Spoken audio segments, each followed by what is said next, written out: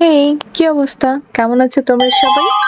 আজকে তোমাদেরকে একটা কিউট এনভেলপ বানিয়ে দেখাবো, যেটাতে তোমাদের ফ্রেন্ডশিপ ডে বলো বা যেকোনো কার্ড তৈরি করার পর তোমরা এটার ভেতরে খামের মধ্যে ভরে গিফট করতে পারবে।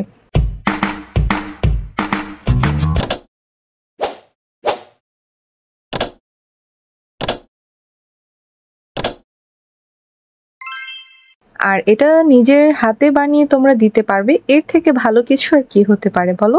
তো তোমরা প্রথমেই একটা পেপার নিয়ে নিবে তোমাদের পছন্দের কালার অনুযায়ী। তো আমি আজকে স্কাই ব্লুটা নিয়েছি, তোমরা তোমাদের পছন্দের কালার নিয়ে নিবে। আর এটা হচ্ছে A4 সাইজের পেপার। তো আমি এটাকে স্কোয়ার শেপ আকারে ভাঁজ করে নিয়েছি, এরপর আমি এটাকে কেটে নিচ্ছি। তো এই প্রসেসটা তোমরা জাস্ট ভিডিওটা ফলো করে কিভাবে ভাঁজ দিয়েছি এটা একটু বুঝে নিতে হবে। আসলে বলে প্রপারলি বোঝানো পসিবল না। তো আমি কিভাবে হচ্ছে একটার পর একটা ভাঁজ করছি, ভাঁজগুলো করার সময় একটু পারফেক্টলি ভাবে করবে, তাহলে দেখবে যে তোমাদের খামটা খুব সুন্দরভাবে তৈরি হয়ে যাবে। আর এটা আমি আসলে বলে তোমাদেরকে এক্স্যাক্টলি ভাবে বোঝাতে পারবো না।